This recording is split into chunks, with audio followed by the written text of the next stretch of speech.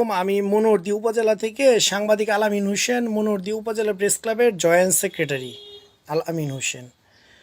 আমি আজকে একজন অভিযোগ পাইয়া আসছি, ফাইজউদ্দিন খান, ভুয়া মুক্তিযোদ্ধা।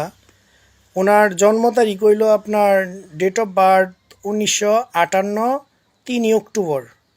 ওই মোতাবেক ফাইজউদ্দিন খানের বয়স 1971 সালে 12 বছর 3 মাস।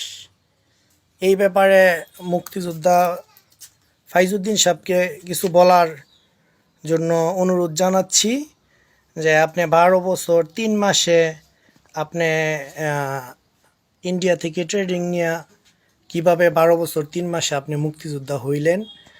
আর আপনার এলাকার বিভিন্ন মানুষের অভিযোগ আছে যে আপনি নাকি ভুয়া মুক্তিযোদ্ধা। এই ব্যাপারে আপনি কি বলবেন, বলেন প্লিজ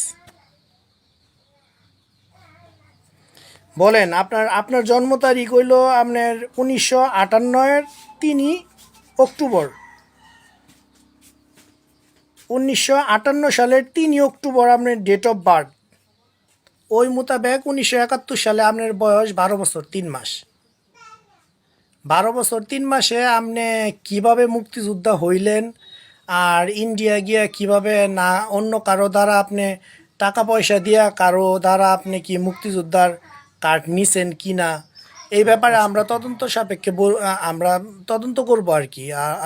আপনার ব্যাপারটা আপনি বলেন, কিভাবে 12 বছর 3 মাসে আপনি ইন্ডিয়া গিয়া তারপরে অস্ত্র চালায় মুক্তিযুদ্ধ হয়েছেন, বলেন প্লিজ।